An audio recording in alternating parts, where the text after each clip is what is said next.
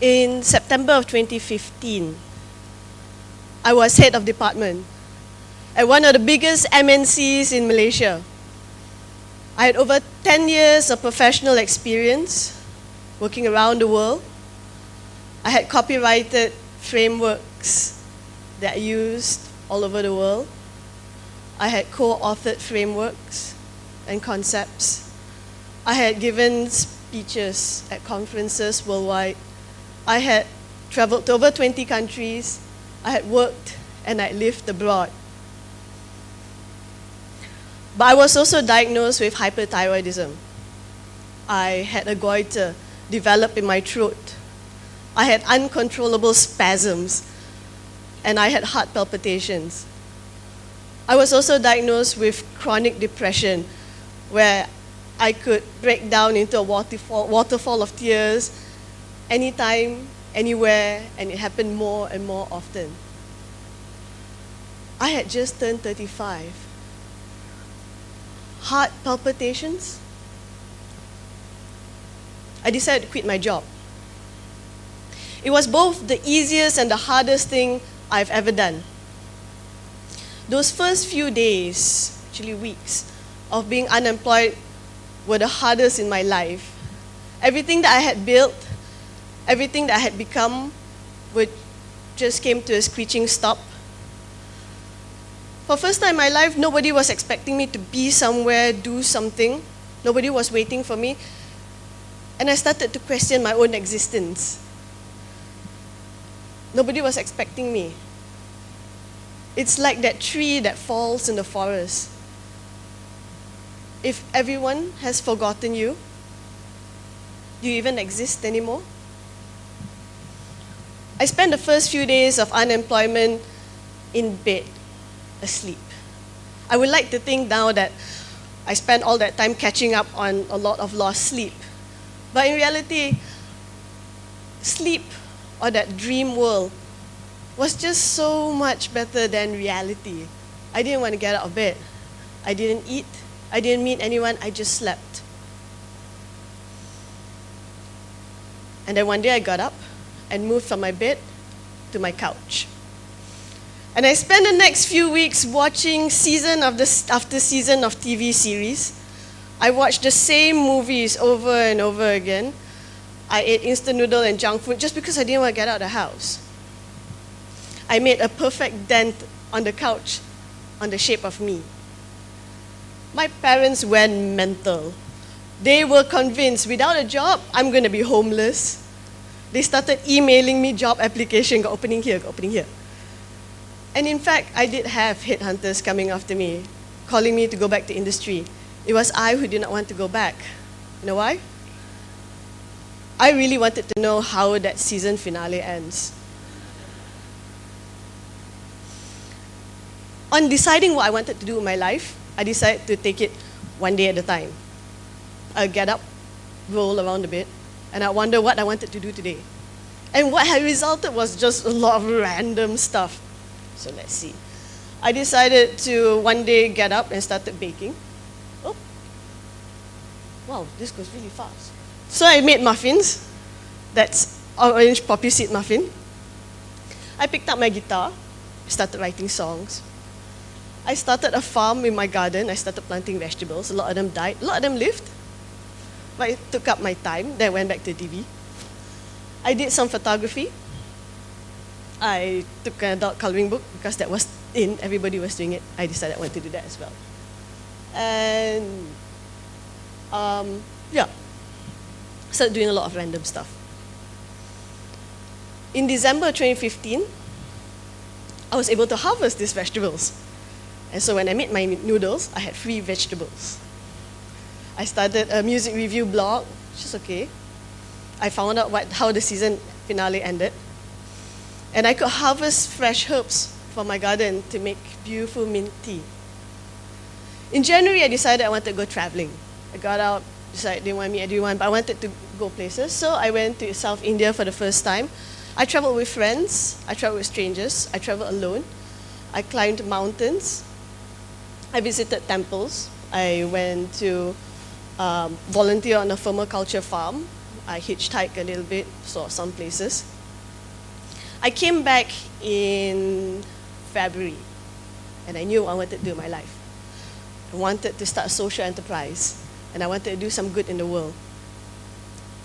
The only problem was that I had no idea how to start a company. I had no idea about business at all. I was trained in arts, and I didn't know anything about business. So I enrolled into business school.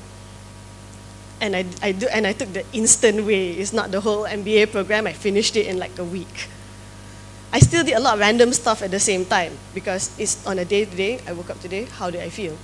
I took up some acting classes. I auditioned for theater. My music review blog had some people coming, so that was interesting. I perfected my blueberry muffin recipe. That was important.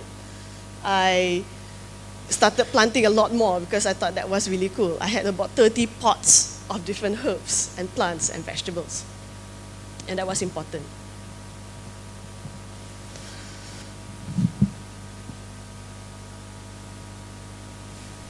What I stand here today is as an advocate for gap year. What I decided was this was going to be my gap year. I was going to spend 1 year trying as many random things as possible, things I never thought I could do, but I was interested. I just didn't know whether I could do it. I was going to try it. For this one reason, if everything went wrong, and if I crashed and burned, I would insist that I was going to go down in the flame of glory. So I took my business plan, because I went to business school, I thought I knew a lot, and I went to stand in front of grant owners and investors, and I decided to pitch. And it went so badly, I flopped. And I went back, fixed my pitch deck, pivoted a little bit, went back again to the sharks, stood in front of them, said about my great idea. It was flames of glory, remember?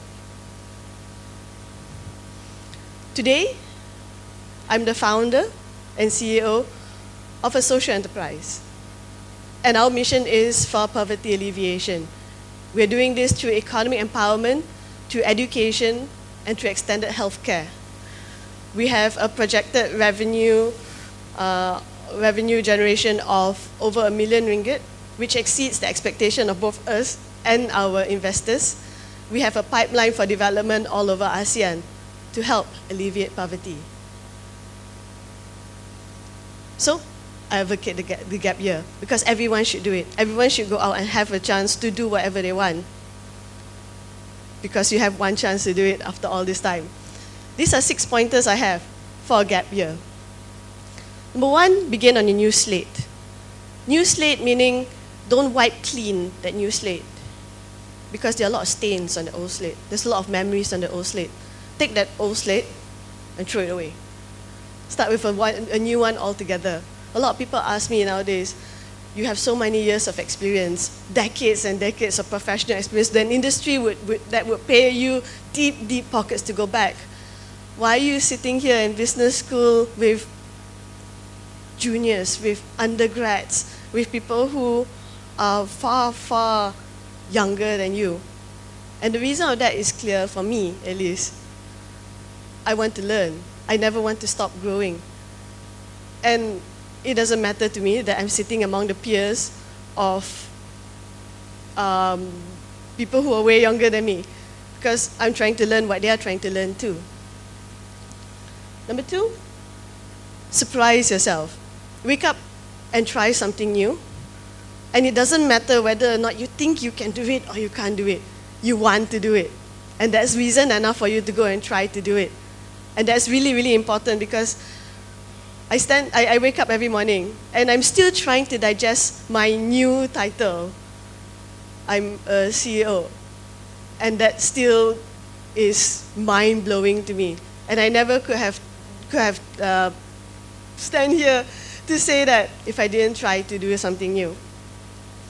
Number 3, be fearless. And I'm saying this to you to not listen to anyone. Don't listen to your colleagues, your peers. Don't listen to what other people say. Don't listen to your friends. Don't even listen to your family because only you know yourself better than anyone else. And that's really important because if you feel unafraid, then it doesn't matter anymore what other people think. Fourthly, spend time with nature. So far in my gap year, I have climbed 2 mountains and I've gone camping twice. And I will vouch to you on how therapeutic nature is. When I first started with my first tomato seeds, I had that whole thing is like, I'm going to plant tomato. Tomorrow I'm going to harvest a tomato fruit. A seed doesn't turn into a tomato overnight. You take some time and you germinate the seeds. You take the little seedling and you put it into the ground and it grows. And you take care of it with water, with sunshine, with fertilizer. You put some stakes so that the tomato can come up. Bugs will start attacking it and you protect the little thing. And nature taught me patience that way. When I harvested my first tomato, I was thinking like, oh, my baby has grown up. I would prescribe spending time with nature as you would exercise. 20 minutes, 3 times a day, 3 times a week at least. And once a month, spend a whole day outside in nature. Do something, go for a walk, go climb a mountain, just spend the whole day outside in the environment, at least once a month. Briefly, make art. You should let creativity and imagination be your greatest asset. Make art, some kind of art, any art, paint, draw, dance, sketch, knit, carve, create something. Even if nobody thinks that painting looks anything like that bowl of fruit that you want, or the portrait of somebody, it only needs to be understood by you. And that's really important because you create art for yourself, regardless of what anyone thinks. It has a lot of power to it. And finally, be happy. Because you need to love what you do. And when you love what you do, you learn so much more about yourself that you never knew you were capable of. I learned recently, while doing all these random things, that I really enjoy brainstorming and ideating and coming up with ideas and growing it up and developing it. And I never knew that I would be able to find this kind of passions, bouncing ideas off people and then building off it. It is something I discovered in my gap year. I still do a lot of random stuff. I am enrolled now into a business accelerator program. I took up classes whenever I can. I still go to random classes for art and development. Wake up, I see a course there, I thought, that's interesting, and I sign up for it. Join people in different things that they do. Met a lot of friends along the way. A lot of people who are just trying to know themselves, and it doesn't matter how old you are. I do a lot of work now helping fundraise for people who have children with autism. I'm working with tech now to develop apps, and is something so out of my range, but then that's how far I want to go and what I want to do. I build gardens now, edible gardens at orphanages, and I find that it's really, really fulfilling to me. And I've met a lot of good people along the way. I am still on medication for hyperthyroidism, and I will be until next year. But for the first time in my life, I've never felt so strong. Thank you.